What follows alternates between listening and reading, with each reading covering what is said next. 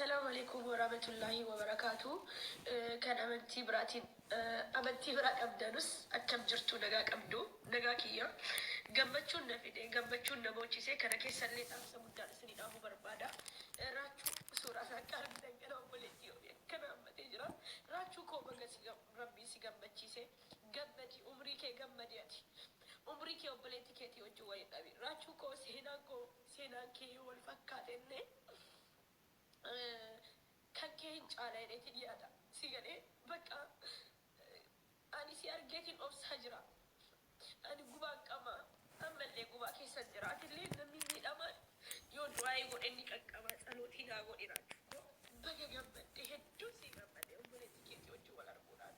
raachuu biraan dhagaa viidiyoo kan naa animmoo wanni boo'ee gammachuus keessa jira anaafillee obboleessa kiyyaa piis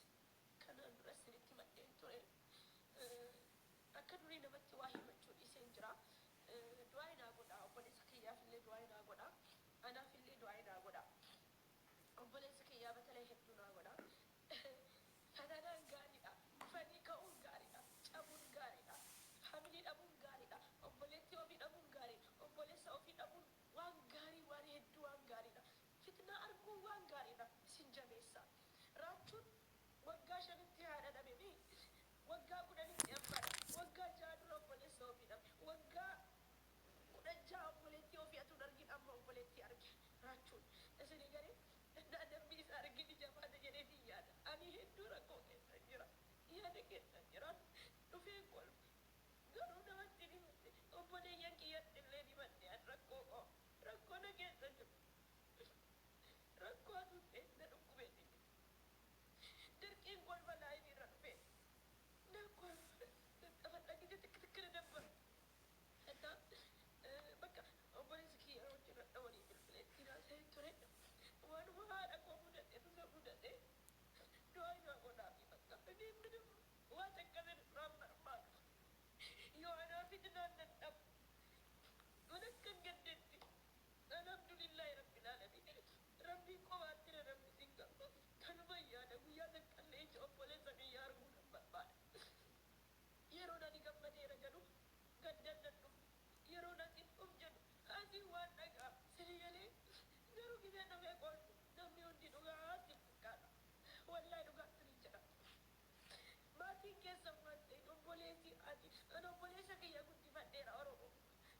an obboleessi kiyya barumsa kutaa shanitti dhaabeetiin kan siraa hojjedhe obboleessa kiyya guddifadhe haati kiyya nu jalaa hidhamte inna ani obboleessa kiyyatti fitnaa hedduun arge akka namaa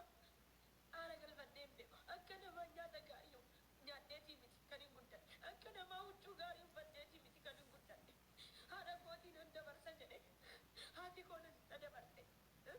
haadha kootii fooqiin ijaaraatuun jedhu isiin na jala deemte sini galee isiidhaaf jecha biyya kanatti waraqaa dhabe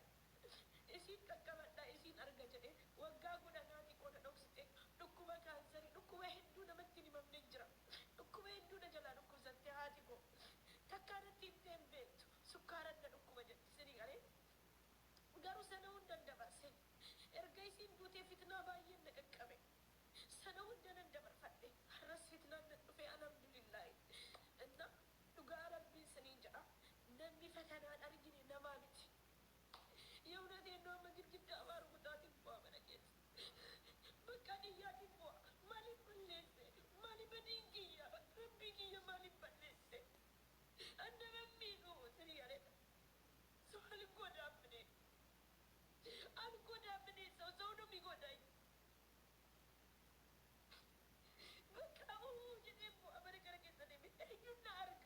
ማንም ቢያይ ማንም አይጅም sini gare ani maatii kiyya na jala waa ta'uun ani waa ta'uu naa wayya ani jala dura bu'uu naa wayya bakka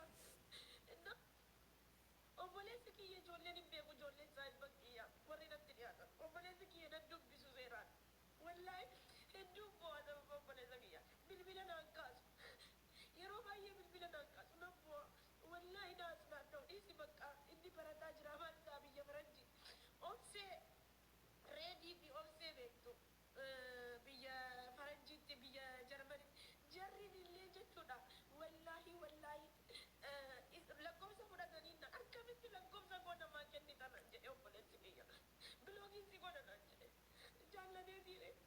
jaallatee siifisi mucaan kun rakkooti keessa jira wallaahi achiin jarri obseen bakka dhiisinaan jedhan ragaadha jarri ana lakkoofsa yeroo meeqa namaa kenne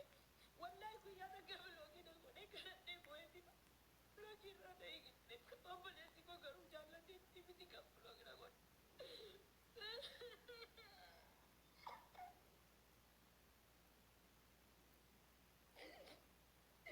dhugaan siniin jedhaa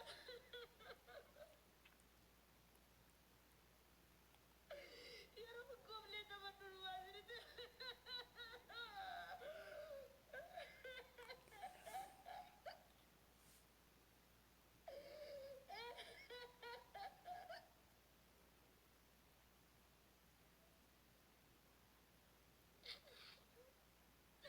wallahi laaziim